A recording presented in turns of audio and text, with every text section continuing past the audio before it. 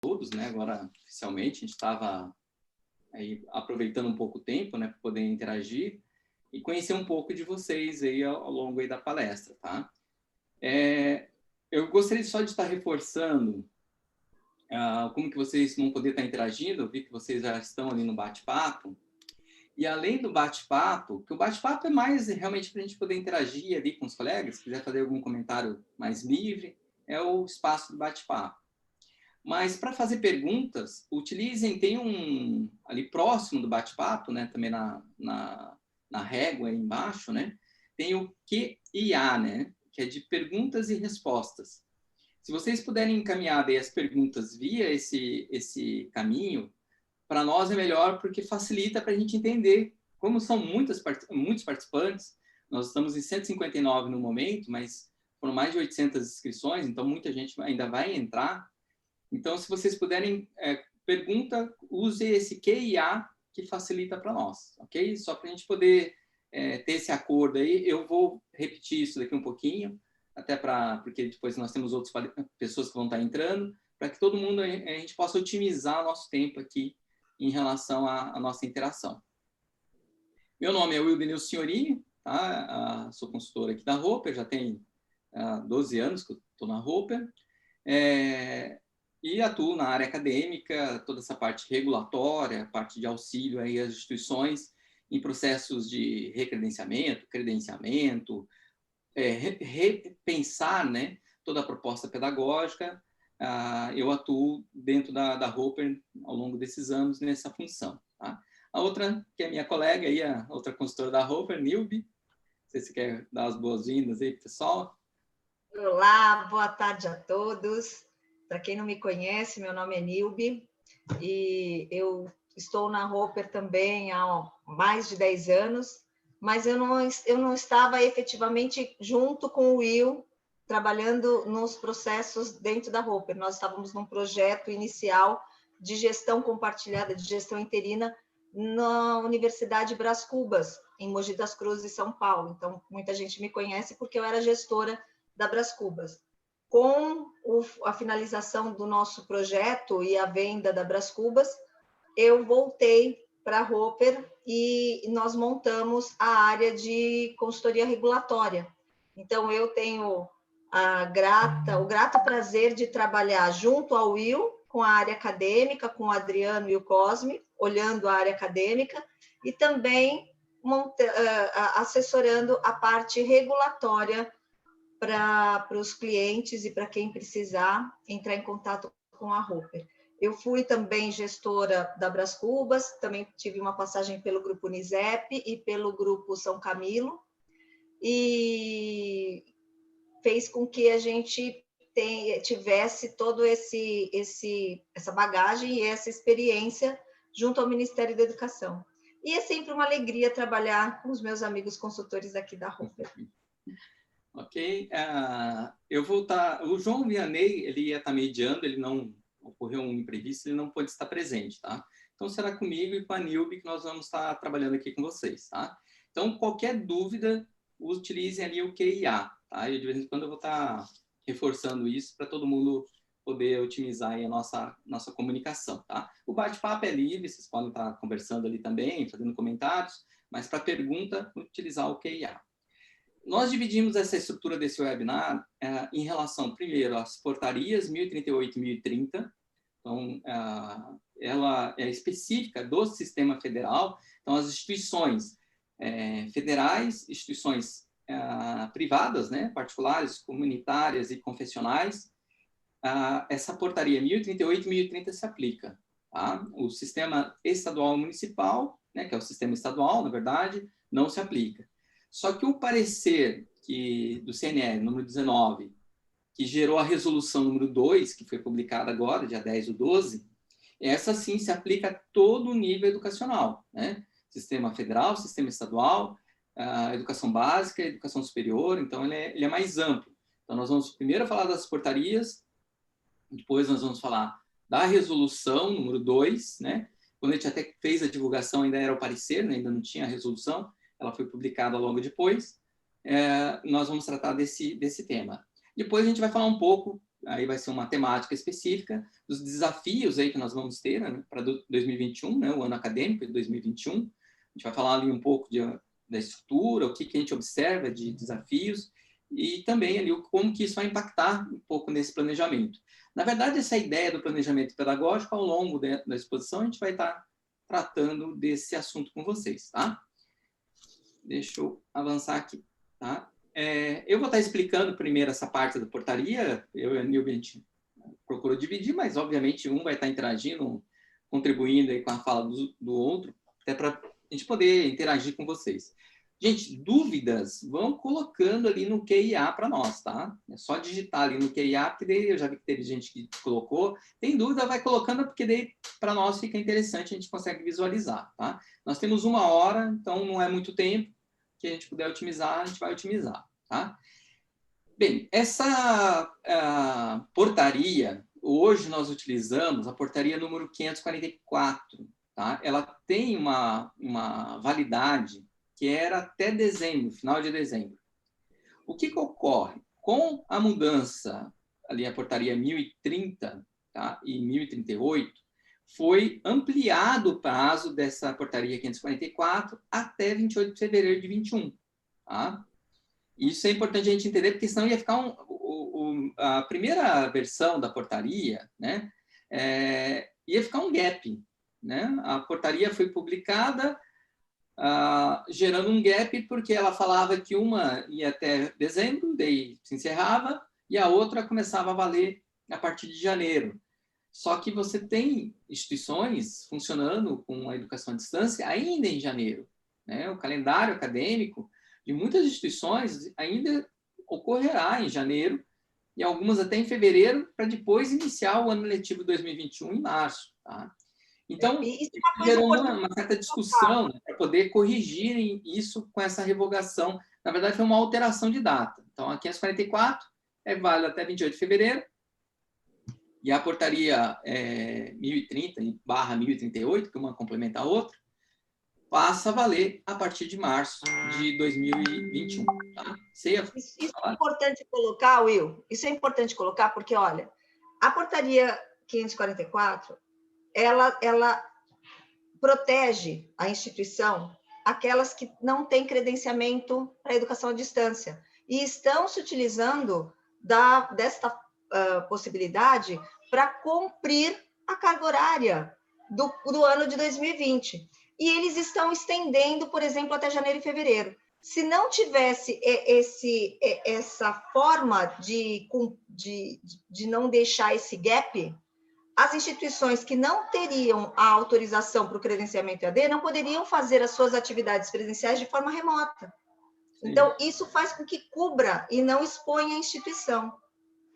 Inclusive, tem uma possibilidade, existe uma portaria, né, até mais à frente a gente ia comentar um pouco sobre ela, que as instituições podem usar uma carga horária maior do EAD.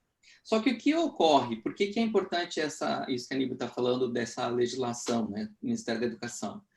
Porque quando eu vou utilizar componentes à distância, que hoje é permitido, né, um curso presencial usar até 40% em EAD, eu tenho que divulgar isso com 30 dias de antecedência. Então, o currículo tem que ficar explícito o que é educação à distância. Tá? Então, né, como é uma condição excepcional, quando o Ministério da Educação oficializa isso em formato de portaria, bem como a resolução do CNE, me dá uma proteção jurídica para a instituição. Né? Então, a instituição ela tem, isso é muito importante porque é uma condição excepcional, porque senão segue a regra anterior. A regra anterior eu posso usar até 40% da carga horária total, só que eu tenho que divulgar com 30 dias de antecedência. Eu não tem problema, eu posso mudar um currículo, igual agora nós vamos entrar em 2021. Posso mudar qualquer instituição, uma faculdade, um centro universitário, qualquer a sua organização acadêmica, você pode modificar o currículo a qualquer momento. Isso tem liberdade, uma instituição, de fazer. Só que toda vez que quando você faz isso, você tem que avisar os alunos com 30 dias de antecedência. Né? E a pandemia pegou todo mundo no meio de março, né? Então já estava o ano letivo acontecendo, então por isso que é importante essas normas serem publicadas pelo Ministério da Educação. Tá? O que a gente observou ali da portaria, que são elementos importantes. Tá? A gente foi destacando alguns elementos importantes, até para a gente poder explicar, né, os assuntos e nivelar um pouco essa discussão com todos. Tá? Existe a questão do protocolo de biossegurança, né? Então todos têm que seguir protocolos de biossegurança nas atividades presenciais. Tá? O que existe, que foi uma liberdade da portaria, né, que a primeira portaria, a primeira versão, colocou que deveria seguir o protocolo de biossegurança que foi publicado para as instituições federais. Não, as instituições privadas, né, particulares, comunitárias, confessionais, podem seguir outros critérios, outros protocolos de biossegurança. Essa foi a mudança que aconteceu nessa portaria 1030 e 1038. Né? A 1038 me permitiu essa liberdade. Tá? Então, porque até tem muitas instituições que fizeram protocolos de biossegurança próprios, inclusive estão melhores do que esse do governo federal. E às vezes você tem realidades diferentes. Né? Às vezes eu tenho uma realidade numa universidade federal que está numa capital que é totalmente diferente, às vezes, de uma cidade do interior. Tá? Às vezes eu tenho municípios numa crise sanitária por conta da pandemia muito mais grave do que outros. Tá? Então, essa flexibilidade, a gente observa que foi respeitado. E isso é algo que foi num caminho correto, foi num caminho bom. É importante a gente entender que as portarias 1038 e 1030, as duas se complementam, né? A gente tem que trabalhar com as duas juntas, e elas se falam, elas complementam a resolução do Conselho Nacional de Educação.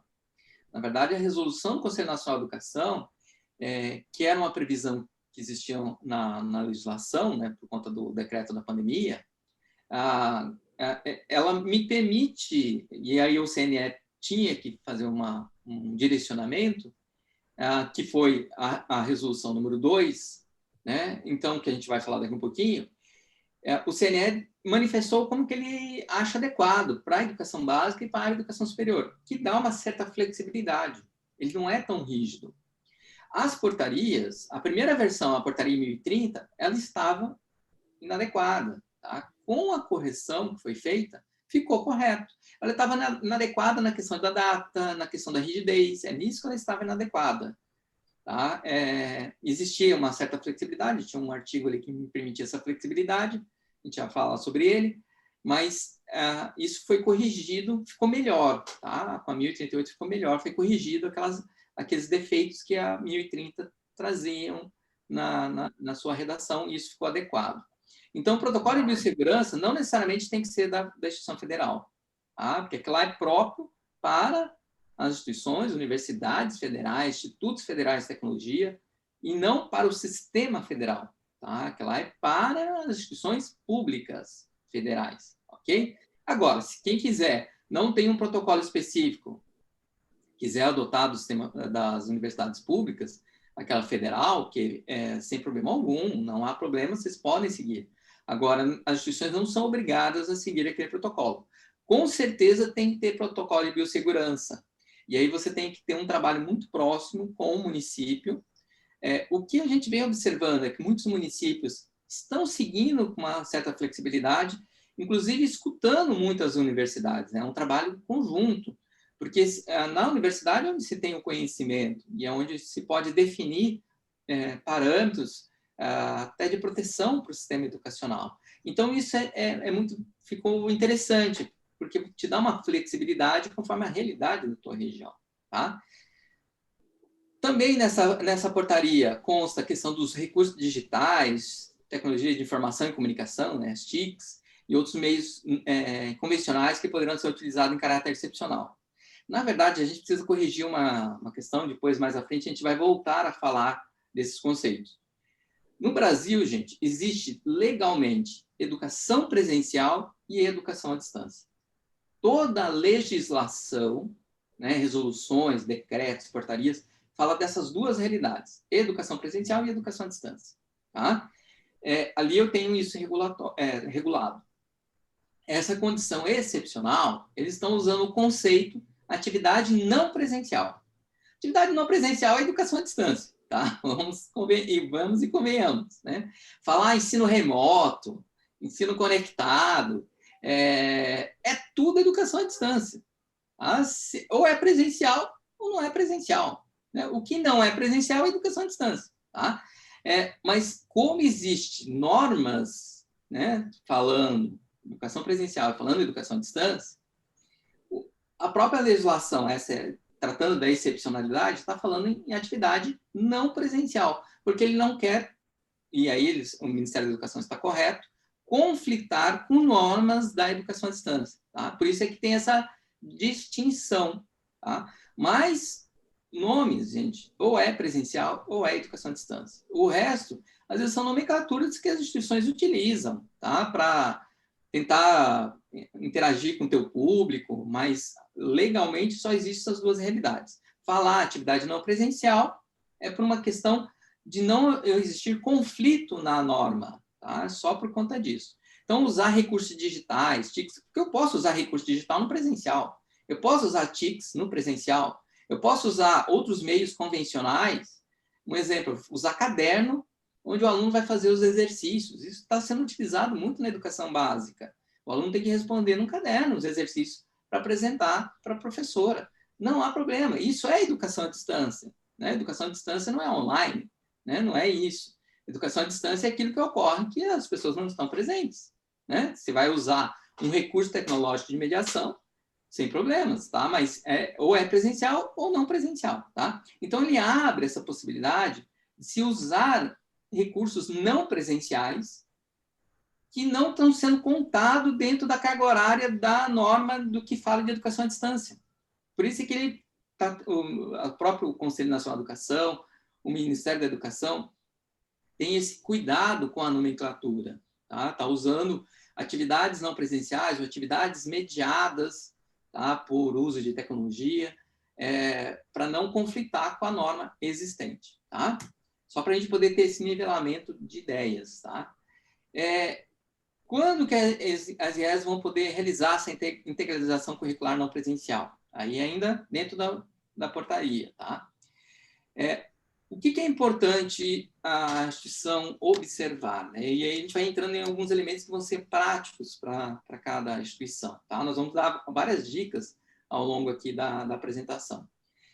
A definição dos componentes curriculares que vão ser utilizados com recursos digitais ou atividades não presenciais. Isso é fundamental, depois nós vamos explicar, quando a gente falar um pouco mais à frente. As instituições vão ter que informar, sim, o Ministério da Educação. O Ministério da Educação, ele até coloca que é para fins estatísticos, tá? Mas o certo é a instituição se resguardar, né? Então, aprovar isso dentro do colegiado do curso. A gente vai voltar a falar mais sobre isso, tá? Mas é aprovar isso dentro do colegiado do curso, que tipo de atividade que será não presencial. E aí você tem que explicar como que você vai fazer, né? Como que você vai usar, qual é a metodologia que você vai utilizar. Então, isso vai precisar ser deixado explícito em forma de um documento, tá? O que é interessante... Eu vou interromper um pouquinho, Will. Eu vou interromper um pouquinho, porque eu não me aguento, não me aguento. Vai lá. Gente, tem que registrar. Quem me conhece sabe que eu falo isso 1000 vezes. Evidência, evidência, evidência, registro, registro, registro. Não pode expor a instituição. Vocês precisam registrar tudo isso para que seja claro para o coordenador do curso, seja claro para o professor, seja claro para o aluno, todos precisa o NDE ter validado isso, o colegiado ter aprovado. Eu e o Will, a gente ainda gosta de passar no Conselho Superior, né, Will? Para deixar tudo documentado, para não expor a instituição. Então, precisa documentar, precisa fazer tudo isso direitinho para não expor. O regulatório, ele também blinda a instituição e permite que esses processos estejam registrados. Isso. Até a gente vai falar em 2, 3 momentos, a gente vai estar repetindo algumas ideias aqui para vocês, tá? Até porque a gente entende que é algo operacional que é importante para o início do período letivo, tá? Então, isso é importante ficar claro, tá? O que eu acho interessante? Às vezes o núcleo docente estruturante reunir, né, e eles definirem quais são os componentes curriculares. Porque o que nós temos aqui? Nós vamos ter componentes que por natureza, é tranquilo fazer não presencial. Outros componentes vão pegar anatomia. Anatomia tem uma parte da carga horária que eu posso fazer não presencial. E uma parte da carga horária que eu tenho que fazer presencial. Não existe tecnologia que vai me substituir uma aula de anatomia. Né? Eu, particularmente, acho adequado cadáveres. Tá? Boneco, para mim, é uma coisa do primeiro momento. Né? Para quem vai para um curso de medicina, de enfermagem, de fisioterapia, não adianta só boneco. Né? Boneco a gente usa no início. Depois você tem que ir para cadáver. Tá? Para você entender bem a musculatura, ter a sensação do tato, identificar. Tudo bem que você tem uns bonecos hoje que até conversam contigo, só falta fazer isso. Né? Mas é necessário a prática. Não vou utilizar uma tecnologia que não vai substituir. Quem é que tem que definir isso? A nossa sugestão é que seja o núcleo docente estruturante, que faça um parecer de recomendação desses componentes curriculares, e aí falando, inclusive, a metodologia que vai ser utilizada, quais são os recursos ali para acompanhamento dessas atividades, porque os recursos, se é prático, eu vou explicar, não, vai correr no laboratório, tal carga horária, né, conforme aquele calendário, que é um calendário excepcional para esse momento. Então, eu vou direcionar isso, tá? E esse parecer do núcleo docente estruturante deve ser aprovado no colegiado do curso. Tá? Então, tem que ter aprovação no colegiado do curso. Ok? Isso é fundamental. A gente vai observar que na resolução do CNE também vai falar sobre isso. Tá? Então, ali na frente, a gente vai voltar a explicar sobre isso. A avaliação, mesma coisa. Tem que explicar como que é a avaliação das atividades não presenciais. Aquilo que é presencial, né, já vai estar no plano de ensino. Esse é o normal, não está dentro da condição excepcional. Se eu quiser explicar como que vai funcionar o primeiro semestre de 2021, sem problemas, daí eu posso explicar tudo.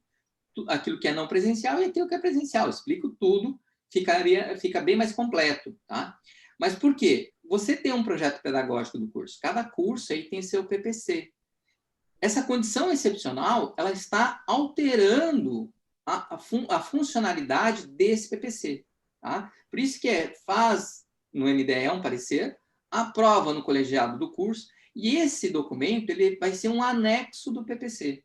Tá? Esse que é o procedimento que a gente acha adequado. Tá? Porque aí você oficializa e aquilo compõe o PPC. Então, ele está modificando dentro de um intervalo, que é enquanto durar esse decreto do Covid, que tudo, tomara que dê certo, né, que vai ser só até o meio do ano, né? Porque com vacinação aí a gente volta tudo ao normal, né? Mas até lá, gente, eu acho muito difícil. Acho que o primeiro semestre de 2021 vai ainda... a gente vai precisar dessa condição de exceção ainda estar funcionando, ok? Então, tem que colocar as avaliações, aquilo que não é presencial, como que ocorre, você tem que explicar. Para o MEC, a gente tem que informar 15 dias após o início destas, né? Só ele coloca para fins estatísticos, tá? E realmente, não cabe ao MEC, ele até poderia fiscalizar se tivesse alguma denúncia, mas ele não tem nem condições de ficar fiscalizando as instituições nessa época agora. Só se tiver alguma coisa realmente muito errada, que pode ter alguma denúncia que o MEC vai verificar, tá? Aqui é mais a fins estatísticos para entender quantas instituições foram, número de alunos que foram impactados, é mais com esse objetivo, tá? Deixa eu avançar aqui. Estágio, práticas de laboratório, tá?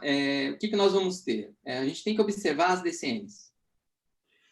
As diretrizes curriculares nacionais de alguns cursos, principalmente da saúde, ela delimita carga horária que seria não de prática profissional, tá?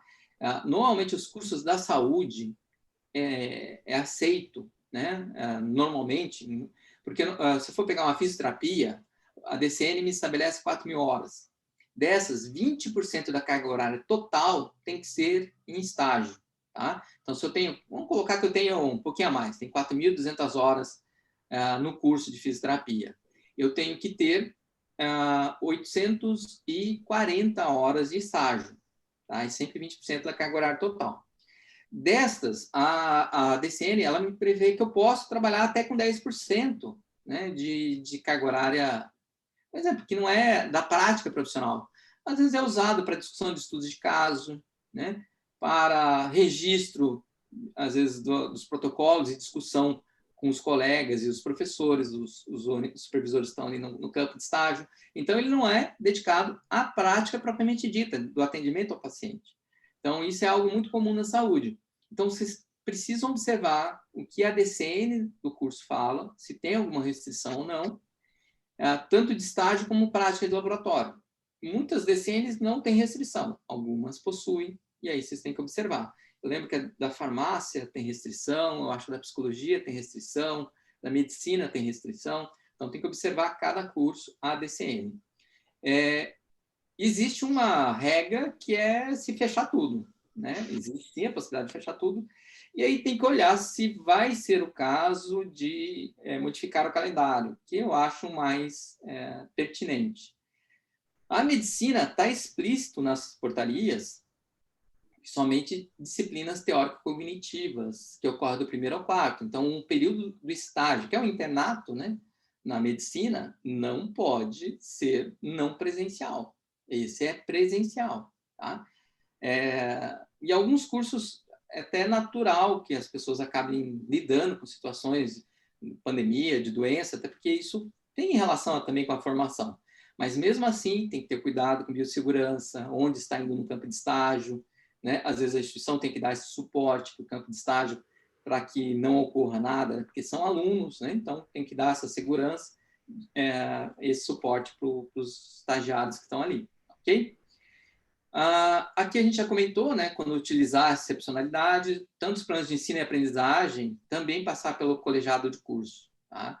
Aquilo que a gente falou de ter um parecer do NDE, né? Provando no colegiado do curso, e também os planos de ensino e aprendizagem, ok? Situações que houveram algum agravante da pandemia, né, é possível usar esse ensino remoto de forma integral, e isso fica um pouco dúbio, porque a medicina tem a restrição ali explícita na portaria. Tá? Então, eu diria que determinados cursos, vamos pegar medicina, odontologia, é preferível a prática, se você está num momento muito crítico, modificar o calendário. Eu acho que seria uma recomendação mais adequada. Não adianta que são práticas que não vai ser possível fazer à distância, tá? Então, você vai ter que usar os laboratórios no momento que a situação melhora um pouco. Tá? Então, eu acho que é um caminho mais pertinente. Mas existe essa figura, né, que as IES poderão utilizar de forma integral, esse ensino remoto, em caso de suspensão pelas autoridades locais, né, suspensão das atividades letivas, e condições locais que tragam risco à segurança, né, caso a instituição identifique isso. A minha recomendação é que isso deva ser utilizado realmente para aquilo que é possível ser feito à distância. Tá? Eu acho que tem muitas práticas que não adianta, é preferível modificar o calendário e fazer a compensação. Porque ocorre, às vezes, você tem que modificar a carga horária. Tá?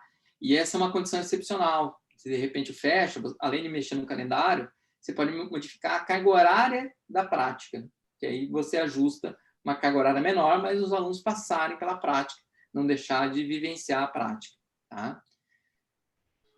Nilbe, você quer tocar aqui? Vamos lá. Então, agora, um pouquinho sobre a Resolução 2 do Conselho Nacional de Educação, que vai instituir as diretrizes nacionais orientadoras para a implementação dos dispositivos da lei, que vai olhar as normas educacionais excepcionais com as sugestões, tanto para a educação básica quanto o ensino superior, de como pode acontecer. Então, durante esse momento em que nós estamos sob a questão da Covid-19, estamos com protocolos de biossegurança, o Brasil é muito grande, gente, nós temos gente aí de Balsas, nós temos gente lá do Rio Grande do Sul, cada município está numa situação diferente. Não dá para o Ministério da Educação colocar uma regra exatamente a mesma, sem uma flexibilidade que vá lá em cima do Brasil até lá embaixo do Brasil. Então, o que essa Resolução 2 traz? Ela traz a possibilidade de saídas, de sugestões para que, olhando a regra sanitária do município, a regra sanitária do estado, as instituições possam se adequar. E olha só, gente, eu já falei isso num outro webinar. O Brasil é muito grande, os estados têm situações diferentes, os municípios têm situações diferentes, as instituições têm situações diferentes e os alunos dentro da mesma instituição têm situações diferentes. Então, o que isso vai acontecer? Mesmo dentro de uma escola, de uma instituição, em que tenha um decreto municipal que possa, por exemplo, voltar às atividades presenciais, que também estão garantidas pela portaria, tem aluno que não vai voltar. Vocês precisam se planejar. As instituições precisam se planejar para quê? Aluno vai voltar? Aluno não vai voltar. Quais são as sugestões? Cada instituição tem o seu protocolo, tem a sua experiência, e o CNE instituiu essas diretrizes nacionais para dar a previsibilidade e para dar a proteção para as instituições. Enfim, olhando a resolução, nós temos o capítulo 1, que vai falar da educação básica, e o capítulo 2, que vai falar da educação superior. Capítulo 2 da educação básica, capítulo 3 da educação superior. Vamos nos atentar àquele objeto nosso que é a educação superior, capítulo 3. O capítulo 3 começa no artigo 24.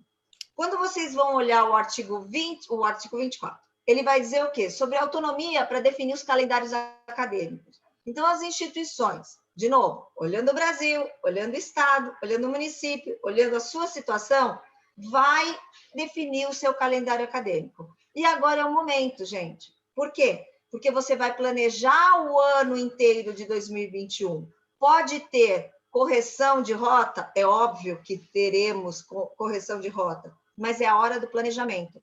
Quem não planeja não tem futuro, né? Tem destino, vai sendo levado a reboque. Então, precisa ser planejado. E aí, olhando o calendário acadêmico. No período do estado de calamidade pública, em caráter de excepcionalidade, as instituições ficam dispensadas de quê? Dos 200 dias letivos de trabalho acadêmico. A carga horária está dispensada? Não, a carga horária não está dispensada. Os dias sim, a carga horária não. Então, a carga horária deve ser mantida sem prejuízo de conteúdos essenciais. E olha só, gente, nós trabalhamos normalmente com 200 dias, 2 semestres, 20 semanas. Artigo 25 de pandemia, o que é preciso o NDE fazer? Olhar com muito carinho todos os conteúdos essenciais para o exercício da profissão. Neste momento de planejamento de calendário, nesse momento de modelagem acadêmica, como é que nós vamos adequar parte presencial, parte não presencial, para que os conteúdos sejam entregues para o aluno e o seu percurso formativo seja concluído. Muito importante esse momento do planejamento. Artigo 24, artigo 25. Quando chega o artigo 26... Deixa eu só responder uma dúvida, claro, que colocaram ali. Fábio colocou em relação a esses dias letivos, tá? A tua observação, Fábio, é bem pertinente porque a resolução, essa do CNE, ele fala do ano letivo 2020, tá? Que ele quebrou os 200 dias letivos do ano letivo 2020. Tá? Só que nós continuamos com a pandemia. Estamos entrando em 2021. Tá? E isso realmente, a tua pergunta é pertinente porque isso não fica claro. Tá? Não está explícito isso. Tá? Porque ele fala explicitamente na resolução o ano letivo de 2020. Tá?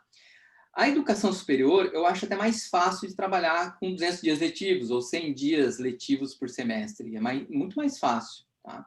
Então, eu acho sim que no calendário acadêmico de 2021, vocês devem permanecer com esse planejamento usando o ano letivo de 2021, considerando 100 dias letivos primeiro semestre e segundo semestre. Agora, pode ser que isso seja realmente próprio CNE ou saia alguma portaria manifestando que não há essa obrigatoriedade, tá? Para 2021, porque eles aprovaram essa resolução e ficou, para mim, também ficou mal elaborado isso na resolução. Eles deveriam ter deixado enquanto durar a pandemia, né? Porque o restante está assim enquanto durar a pandemia. Só que do calendário ele fala explicitamente o ano letivo 2020, ok? Mas a educação superior eu acho muito fácil você atender 200 dias letivos no ano, né? Os 100 dias por semestre. É muito fácil atender isso, porque você conta as atividades não presenciais. Aí você pode contar atividades não presenciais.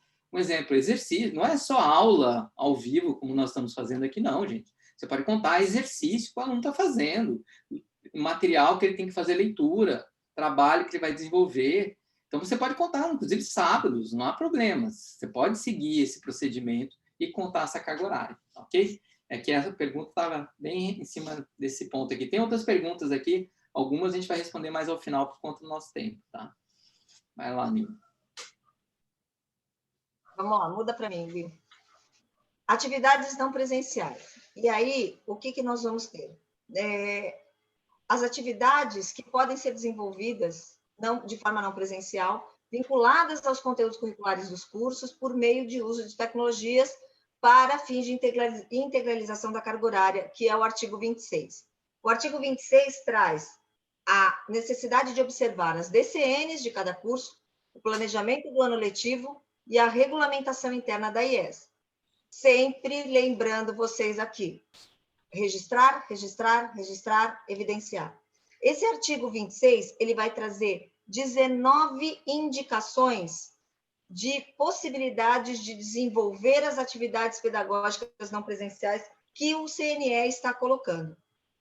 Esse artigo 26 é muito importante que vocês leiam para ver se, dessas 19 indicações que eles trazem, se vocês já contemplaram todas, né? Ele é também um documento orientador, ele é um indutor para que vocês se repensem também. Então, aí nós temos atividades presenciais substituídas por não presenciais, são as disciplinas teórico-cognitivas, prática, extensão, atividades complementares, TCC, avaliação, processo seletivo. A questão de organizar as práticas que ocorrerão nos laboratórios físicos, presencial, que aí já é uma possibilidade, e quais não serão presenciais. O estágio da parte presencial e a parte não presencial. O regime domiciliar para estudantes com a Covid. Capacitação do docente para o aprendizado à distância, né, que é o não presencial.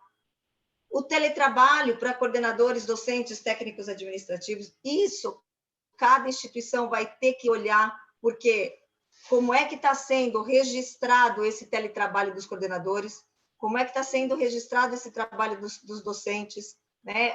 Está respondendo para aluno às 6h30 da manhã, às 11h30 da noite, como é que ficou planejado e acertado isso?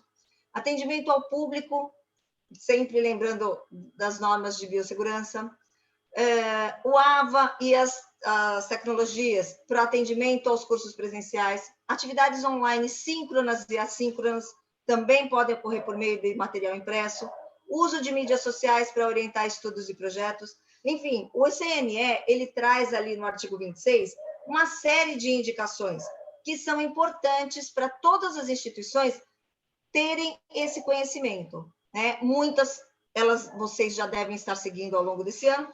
Quem não conhece essas 19, leitura nessas 19. Bora, Will. As IES deverão organizar os PPCs. Olha aí, ó, novamente, gente, nós já falamos isso lá atrás, trazemos aqui. Registrar, registrar, registrar. Organizar. Planejar. Matriz curricular representando a carga horária não presencial e presencial. Então, é necessário vocês terem isso claro. Coordenador de curso, o NDE, o aluno, todos ali visualizando a carga horária estabelecida e cumprida. Descrever e justificar o conjunto das medidas adotadas, em especial para as atividades práticas e estágios. Então, como está sendo registrado e evidenciado e cumprido esse estágio? Lembra, as turmas da saúde, 20% da carga horária são 800 horas de estágio. Como é que essas atividades práticas e estágios estão sendo realizadas, cumpridas, registradas, até para ter clareza do aluno daquilo que ele está recebendo da instituição?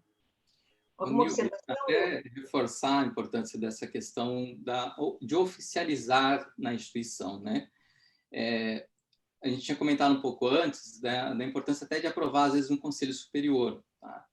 Vocês têm duas portarias, que é a portaria 1030 e 1038, e tem essa resolução do CNE.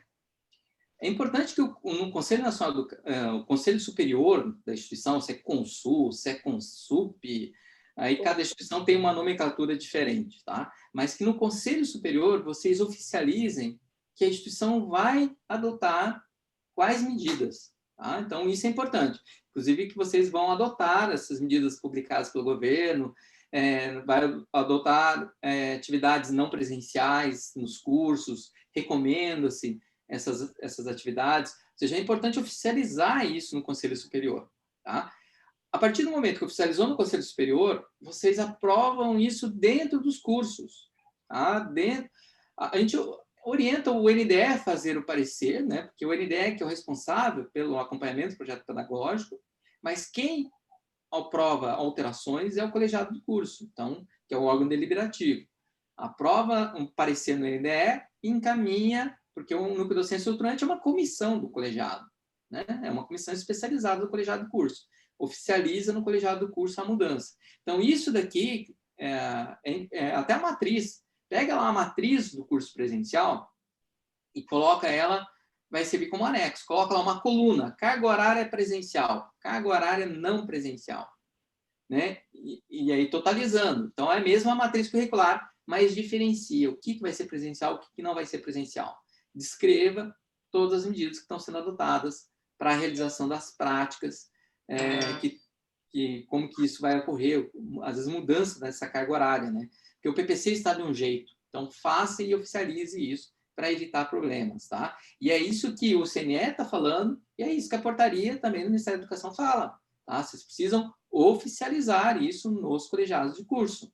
É importante que a instituição se posicione. Não, nós vamos adotar as portarias, as normativas, a resolução do CNE, né? Então, os cursos têm tal prazo para se organizar e reunir os seus NDEs e colegiados de curso e aprovar as novas medidas por conta dessa excepcionalidade.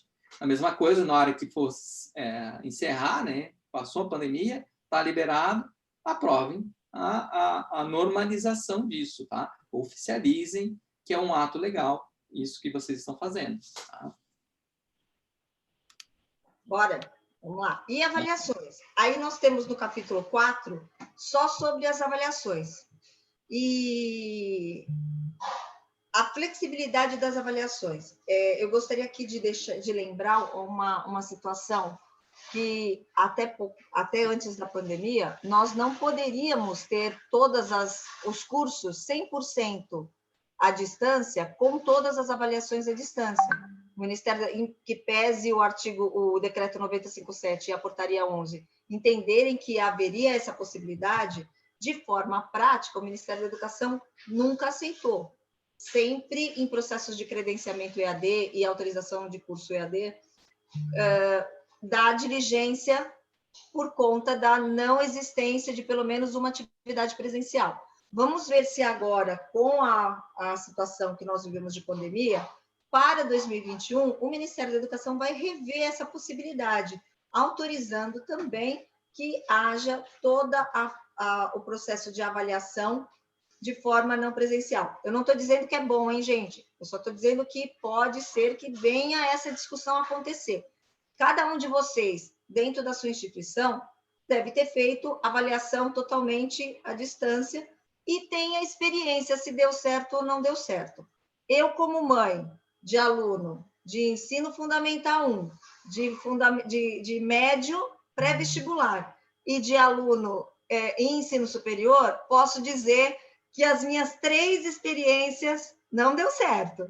As avaliações que os meus filhos fizeram foram horrorosas por conta de não termos ainda tecnologias, talvez, que sejam tão mais seguras, ou os alunos não estejam tão preparados para fazerem avaliações de forma totalmente à distância. Mas o CNE traz, no seu artigo 27, possibilidades também de fazer avaliações. Bora, Will. As atividades pedagógicas não presenciais poderão ser utilizadas de forma integral em quais casos? Suspensão de atividades letivas presenciais por determinação das autoridades legais ou as condições sanitárias locais que tragam risco à segurança das atividades letivas presenciais. Então, elas vão poder ser suspensas? Vão. E aí, como são? Há uma concordância aí com a portaria, né? A portaria 1038. A do CNE fala a mesma coisa. Né? Peraí, Patrícia, eu é que não dei sorte, viu? Com os meus 3 casos, a tecnologia que os meus 3 filhos em 3 instituições diferentes usaram não deu certo. Estou só me justificando, tá? Eu tenho minha especialização e o mestrado que eu fiz em educação é sobre educação à distância, né? O brasileiro, o modelo de educação à distância no Brasil não é interessante para o modelo de avaliação à distância, mas é uma dificuldade nossa, tá? Porque a avaliação à distância, ela pode ser feita como uma construção de projeto, uma construção de processos. Ela é uma avaliação processual e não uma avaliação somativa pontual, tá? Esse é o grande erro, querer fazer com que algo que é feito no presencial, e que eu acho já errado, querer pegar isso que já está errado no presencial e jogar também para a educação à distância. Então, você propaga um erro. Tá? Então, o Brasil, na verdade, ele teria que aprender a lidar melhor com modelos de avaliação que são diferentes. E isso, às vezes, é difícil. Né? Não se muda isso de uma hora para outra. E na educação básica é mais difícil ainda do que na educação superior. Né? E aí, por enquanto, esse semestre ainda vai ser um semestre que as mães e os pais vão sofrer muito, infelizmente. Aqui nós tentamos trazer para vocês a quantidade de nomenclaturas que nós fomos encontrando neste momento. Então, nós temos presencial, híbrido, EAD, online, conectado, remoto, ensino mediado por tecnologia. O que é importante, gente? Cada instituição decidir a sua nomenclatura, para não ficar o samba louco. Por quê? Porque uma hora você fala conectado, outra hora você fala remoto, outra hora você fala híbrido, outra hora você fala online, outra hora você fala offline, outra hora você fala mediado por tecnologia. A instituição tem que decidir e usar a mesma terminologia, inclusive em todos os cursos. Vai lá, Rui. Reforçando isso, que aquela hora a gente tinha comentado, presencial e EAD, é o que está em amarelo ali, são os dois regulados, tá? O presencial e o EAD. O híbrido, até teve um colega aqui que fez uma pergunta, né? A Vanessa, qual o conceito correto de ensino híbrido? O que diferencia? O híbrido, ele vai usar uma parte presencial e uma parte EAD. Isso que é ensino híbrido. Tá? Existe norma legal no Brasil para isso? Existe não com essa nomenclatura. Tá? Ele existe que ele permite o presencial usar uma parte à distância e permite a distância usar uma parte presencial. Acho até o slide seguinte que mostrar isso. Tá? Então, isso existe na legislação. Tá? Agora, o que existe na legislação brasileira é presencial ou a educação à distância. Em outros países do mundo não existe isso. Tá? Isso é algo particular do Brasil. Tá? Nos outros países, cada instituição organiza a sua metodologia. Agora, esses outros nomes, gente, online, conectado, remoto, é tudo uma questão de escolha da instituição, é muito mais modismo, às vezes uma abordagem, para falar algo que é à distância. Tá? É só nesse sentido. Tá? Então, só da nossa parte, a gente tem que falar o que é o oficial. O oficial ou é presencial ou é à distância, existindo a possibilidade do híbrido ali, que é uma mistura. Tá? Os nomes, as instituições têm liberdade, desde que isso fique coerente com a legislação. Ok? Então, a gente não vai... Às vezes, até nós temos que colocar vários nomes, porque cada um adota de um jeito, né? A gente tem que atender um pouco de cada um. O regulatório, ele vai autorizar o quê, gente? Qual é o regulatório? Nós temos que sempre olhar o nosso órgão regulador. Existe a portaria 2117, de dezembro do ano passado, que autoriza 40% de não presencialidade nos cursos presenciais. Lembra que antes era 20%? O governo aumentou para até 40%. Então, é a não presencialidade dentro do presencial. E nós temos a portaria 23, de 21 de dezembro de 2017, que autoriza 30% de presencialidade nos cursos não presenciais, nos cursos EAD. Então, nós temos, e olha só a questão, não é nem a mesma porcentagem, são porcentagens diferentes. Então, nós temos 40% de não presencialidade num curso presencial e 30% de presencialidade num curso não presencial. Daí que surge a nomenclatura do híbrido, né? Esse momento que nós estamos vivendo, isso não está sendo considerado, tá? Nenhuma dessas duas normativas. Então, se o governo, o Ministério da Educação, não oficializasse uma portaria, ou o CNE não oficializasse uma resolução, as instituições têm essa flexibilidade, elas poderiam utilizar isso daqui. Só que sempre tem que ser informado 30 dias antes do início das aulas, tá? Porque isso é algo, é uma especificidade que tem, inclusive, uma alteração na LDB que foi feita, acho que foi 2016, agora não vou lembrar de cabeça o nome da lei, tá? Que foi uma alteração da LDB, e lá consta explícito, tá? A gente tem que informar 30 dias antes os alunos da mudança curricular, mudança de metodologia, porque eu posso alterar o currículo. Um curso em andamento, eu posso mudar totalmente o currículo, desde que eu avise 30 dias antes do início daquele semestre letivo, ok? Então, isso depende do teu calendário, tá? Depende do teu calendário. Augusto, pode sim, todos os cursos podem utilizar.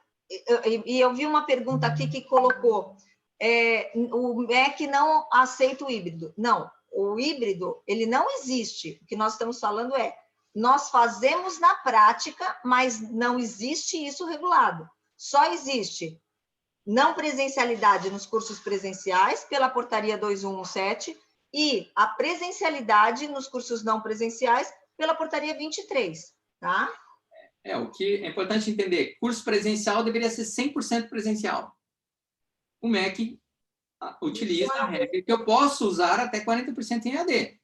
Então, não é 100% presencial. Eu posso fazer 80% presencial e 20% à distância. 70%, 30%, né? Curso à distância. O MEC prevê que eu posso usar 30% da carga horária do curso presencial. Um exemplo, eu vou fazer um curso de engenharia de produção que eu vou ter um laboratório de química, ok? Então, eu posso fazer atividades presenciais. Então, na prática, existe o híbrido. Ele não existe esse nome em nenhuma norma brasileira, ok? Mas, na prática, existe o híbrido, porque eu não tenho 100% presencial e 100% à distância.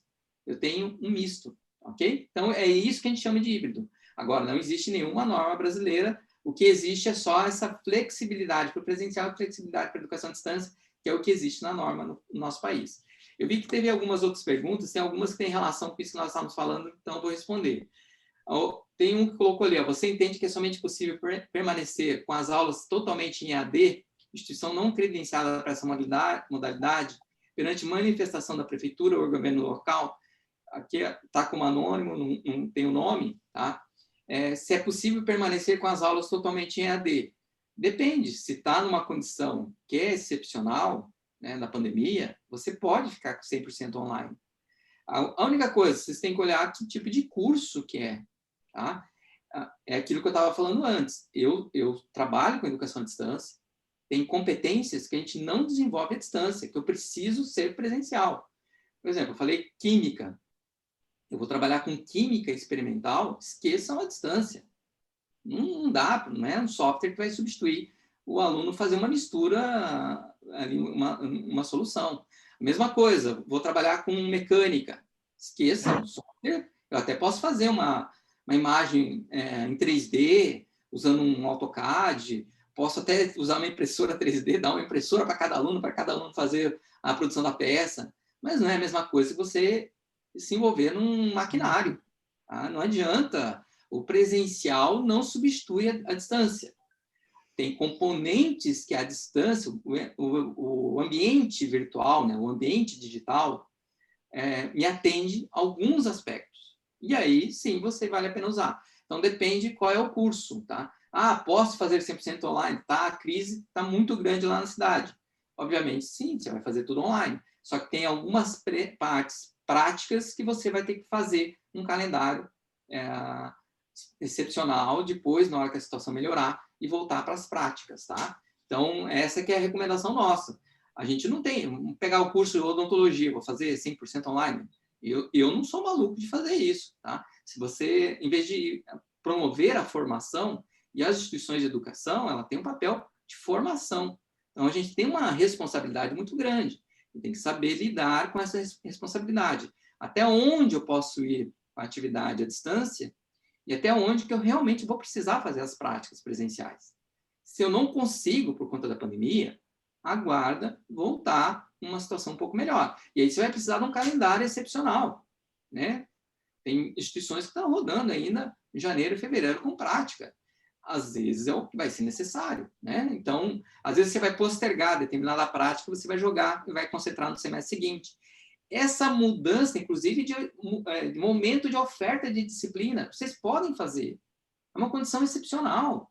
Vocês podem aprovar uma oferta de disciplinas para o primeiro semestre de 2021 e deixar outras disciplinas para o segundo semestre, quando a situação estiver melhor.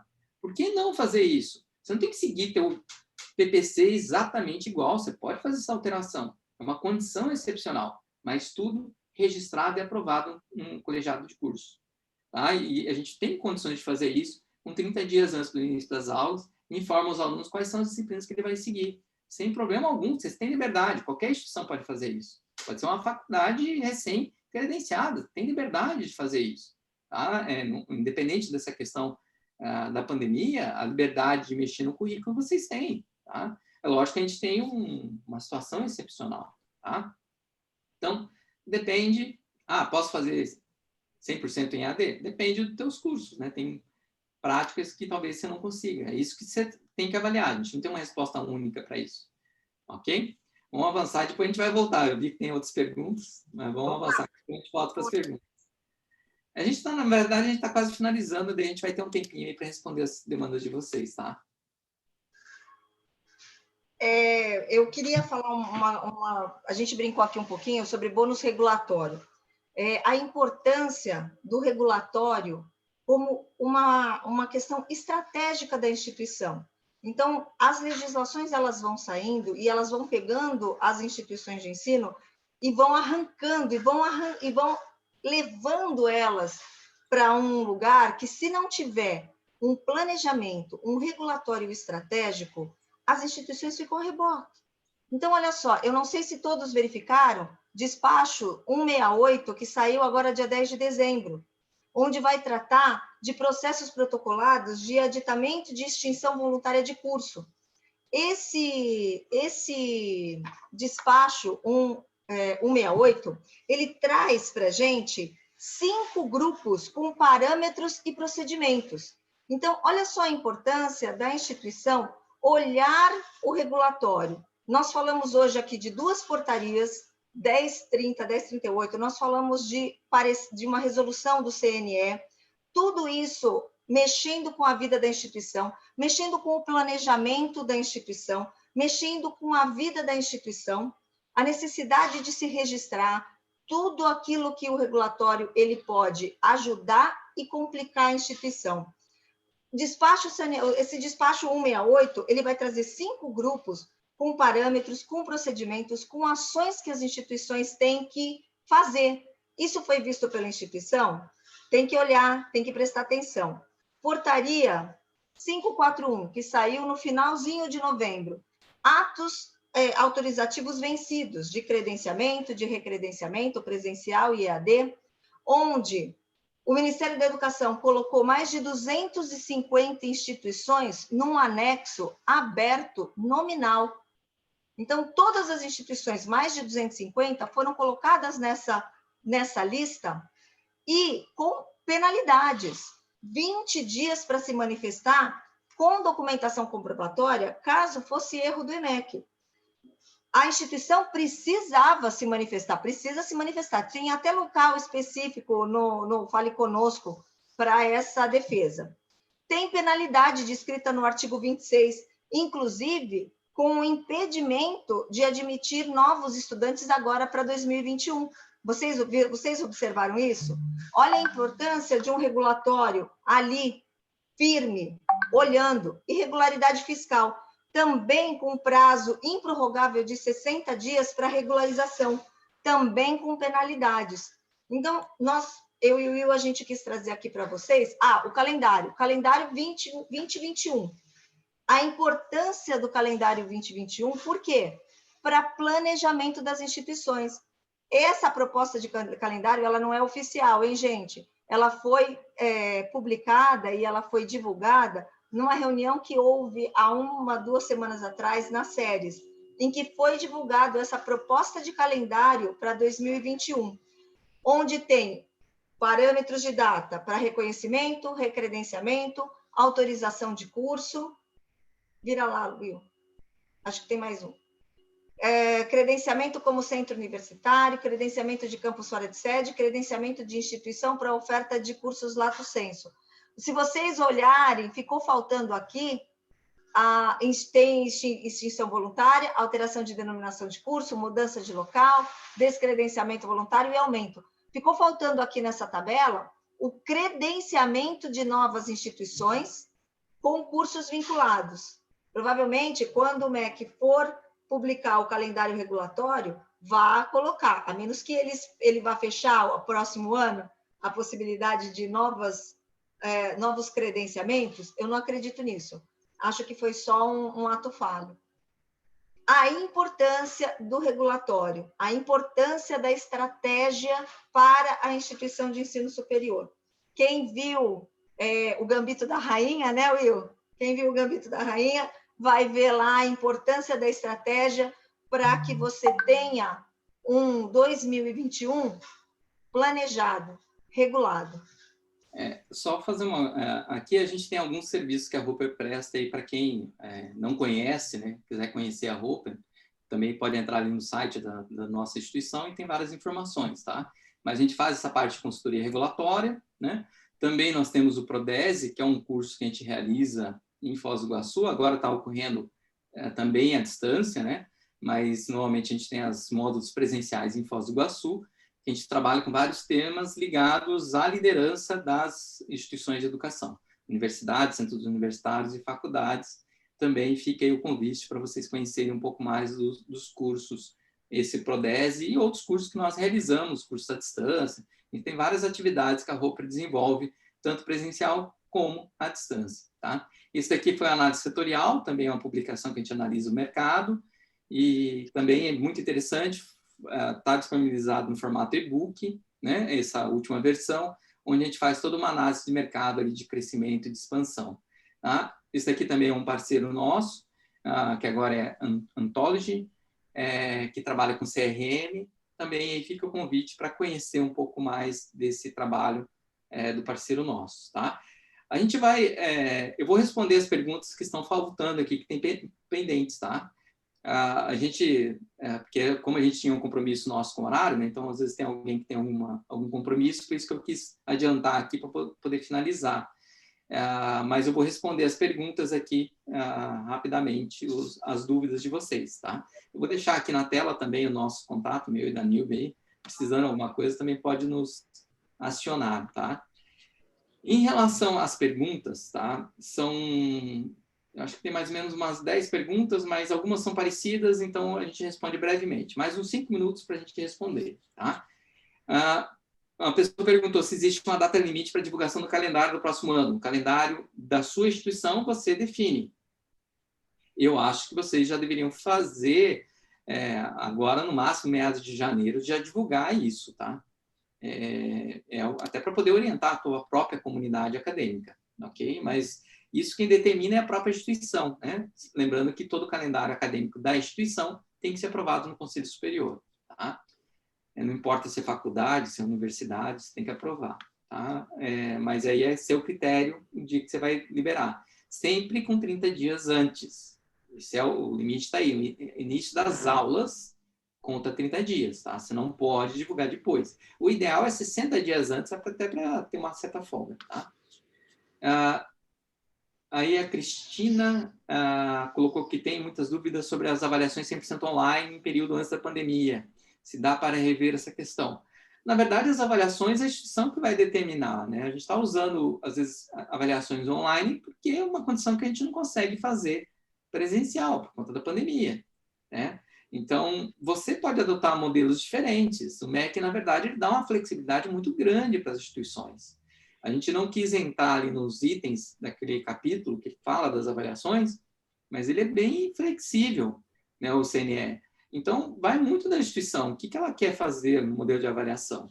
Então, eu prefiro muito mais fazer, principalmente nesse período online, atividades que o aluno vai fazendo que vai compondo uma nota. Fazer uma prova online não é tão simples assim, tá? Você tem que fazer contando o tempo, tem que fazer sabendo que o aluno vai poder buscar essa informação. Então, você não vai fazer pergunta e resposta simples, né? Então, esse modelo vocês que vão ter que adotar. Cada instituição tem sua liberdade. Inclusive, se quiser fazer alguma coisa presencial, aí, desde que tua região permita, você tem que olhar a tua região se é possível fazer, né? Porque, às vezes, se você vai dividir a turma num espaço grande, você até pode fazer. Eu tentaria evitar fazer isso em lugares que estão com problema muito sério de pandemia. E está piorando, né? O Brasil inteiro está piorando. Então, eu evitaria isso. A Cláudia, a avaliação presencial não deve ser a mesma que no contexto online, ok? Ela só fez um comentário. Isso mesmo, deveria ser diferente. Ok. Teve o Luiz Augusto, colocou aí o modelo bimodal. Eu não conheço essa nomenclatura, tá? Deve ser uma outra nomenclatura que eu entendo como híbrido, tá? Não entendo esse modelo bimodal. Depois, se quiser complementar, complementa. A participação também, ali um outro colega que fez, 40% carga horária na minha disciplina, 60% presencial. A minha disciplina presencial. Na verdade, essa regra de 40% em EAD, a instituição que define como que vai acontecer o conteúdo em EAD. Você lembra que eu tinha colocado para vocês, colocar como anexo ao PPC, a matriz curricular e uma coluna, carga horária presencial, carga horária não presencial. Se você vai fazer uma disciplina de 80 horas totalmente não presencial, sem problemas. Mas eu vou fazer 20 horas presencial e 60 horas não presencial. Esse é o critério. O que a gente está observando, tá? E aí até uma dica que a gente dá para as instituições. Seria interessante fazer alguns encontros presenciais, mesmo os cursos totalmente teórico-cognitivos. Vamos pegar a administração. Eu acho que vale a pena pensar, pelo menos uma vez na semana, o aluno fazer alguma atividade presencial. Desde que você tenha um controle de biossegurança e desde que, obviamente, não esteja numa curva ascendente, tá? Se está numa curva ascendente, o ideal é você evitar. Mas por que disso? Porque ninguém mais aguenta ficar só à distância. As pessoas precisam de pessoas. Tá? Então, é importante, sim, pensar no equilíbrio disso, nesse relacionamento humano. A distância é bom, resolve muita coisa, mas não resolve tudo. Tá? A gente precisa se relacionar. E jovem quer ir para a instituição para conversar, namorar, bater papo. É óbvio que a gente tem que educar as pessoas a fazer isso com segurança. Tá? Então, se a gente fica só reprimindo, também as pessoas estão fazendo essas maluquices de sair sem máscara, ficar paquerando, e aí é pior, né? Às vezes, se a gente estivesse fazendo algumas atividades pontuais, talvez a gente poderia fazer esse processo educativo, mas cabe aí aos professores também comprarem essa ideia de fazer esse papel educativo com os jovens, tá? Não está uma época fácil, está ruim para todo mundo, alunos, professores, está todo mundo numa pressão muito grande. Então, eu diria que tem que tentar um equilíbrio em relação a isso. A evasão ela está grande, a média brasileira foi em torno de 20% de evasão nos cursos presenciais. Isso deve se repetir em 2021. Então, um ingresso ali, o processo seletivo de verão, deve ser uns 20% a menos que o ano passado. Então, nós estamos ainda num momento de crise, tá? E é interessante usar algumas estratégias para aproximar os alunos, e isso ajuda na retenção. Se a gente ficar só nessa questão online, tem coisas online que não vão funcionar. E aí as pessoas vão se distanciar. E olha que eu sou da educação à distância, hein? Tem limite para tudo, tá?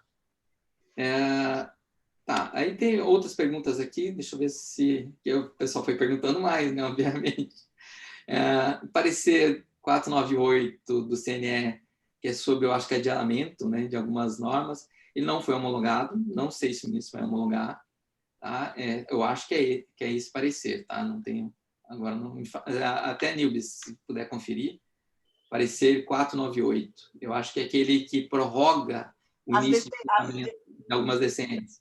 Não foi homologado, não sei se vão homologar, não. Eu não trabalho com esse cenário, mas se homologar, a gente tem um tempinho a mais, né? Rosângela, não consegui desde o início, gostaria de perguntar se podemos ter alguns alunos em formato remoto síncronos e outros em formato presencial. Pode, na mesma turma, pode. Isso vocês têm liberdade. Quer fazer um misto da metodologia? Pode, vocês têm liberdade de fazer. Ok?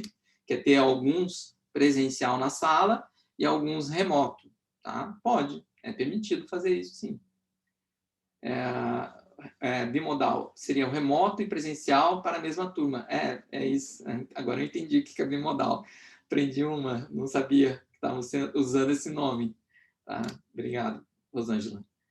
A evasão do presencial está em 20% em média nas instituições. Tá? Algumas um pouco mais, mas em média, o que eu venho acompanhando de universidades, centros universitários no Brasil inteiro, por exemplo, uma instituição tinha 10 mil alunos em 2019, ela caiu para 8 mil.